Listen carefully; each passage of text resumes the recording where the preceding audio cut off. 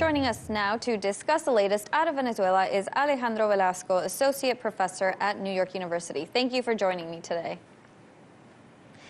Dan reported Venezuela's foreign minister is open and calling for dialogue between President Trump and President Maduro. Now, we've seen Trump open to important discussions with foreign leaders, like he's doing now in Vietnam with North Korean leader. People thought this would never happen. Do you see him trying or open to doing the same with President Maduro?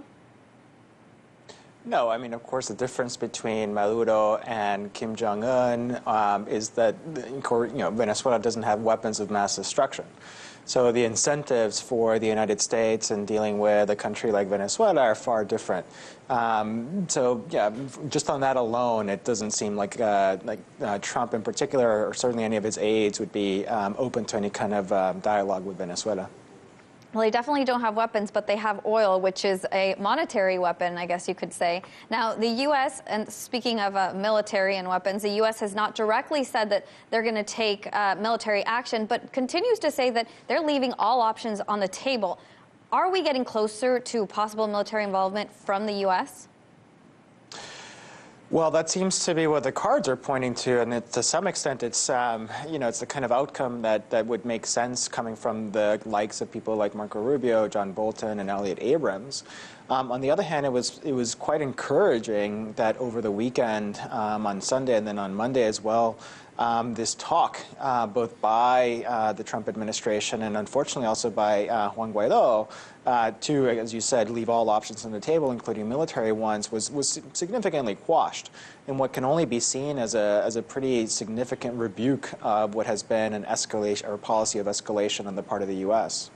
Well, and you're right. They keep going back and forth. I mean, they didn't say they were taking direct military action, but the fact that they continue to mention that all options are on the table, it has to be concerning for some. Now, in the meeting in Geneva, Colombia called for a political transition that would lead to a free election. But interim self-proclaimed President Juan Guaido said there's no real date for them to hold those. Is there a risk, do you see any risk at all, that Guaido might just call himself president indefinitely? I mean, it's certainly true that they've been extremely fickle in announcing any sort of timetable towards new elections if, in fact, the Maduro government were to collapse.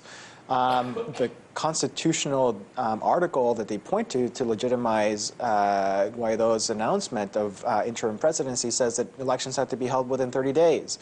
And of course, that's not happening. And so, whether it's 6 months or a year or 2 years, one just doesn't know. And that is partly, I think, one of the big questions as to, what the opposition would do once and if they would come to power. Well, we'll see if they actually hold those elections and what the timetable will look like. We'll keep an eye on that. But no aid has come through yet. We saw protests yesterday. Clashes continued yesterday in Venezuela. There were clashes with the military. What is the end game here? Is there any chance really for any diplomacy? Yeah, absolutely there's a chance. It's just being drowned out, again, by talk of escalation. There's an international contact group that's comprised of some countries of Latin America, as well as the European Union. There's an initiative by Mexico and Uruguay. There are calls by domestic actors towards de-escalation. But again, all of those are being drowned out by this continuing push towards a kind of winner-take-all, all-or-nothing scenario. The next one is going to be to see whether Guaido returns to Venezuela and basically goads the Maduro government into arresting him, which would then be another step in this escalating battle between world powers. Well, hopefully those don't cause any more violent clashes or any deaths, since there have already been a few on the borders. Alejandro Velasco, Associate Professor at New York University, thank you for your time. Thank you. Hey YouTube, thanks for checking out our channel. We hope you enjoyed the video. We have tons of content for you just like this. For more of RT America's one-of-a-kind news and analysis, be sure to subscribe and never stop questioning more.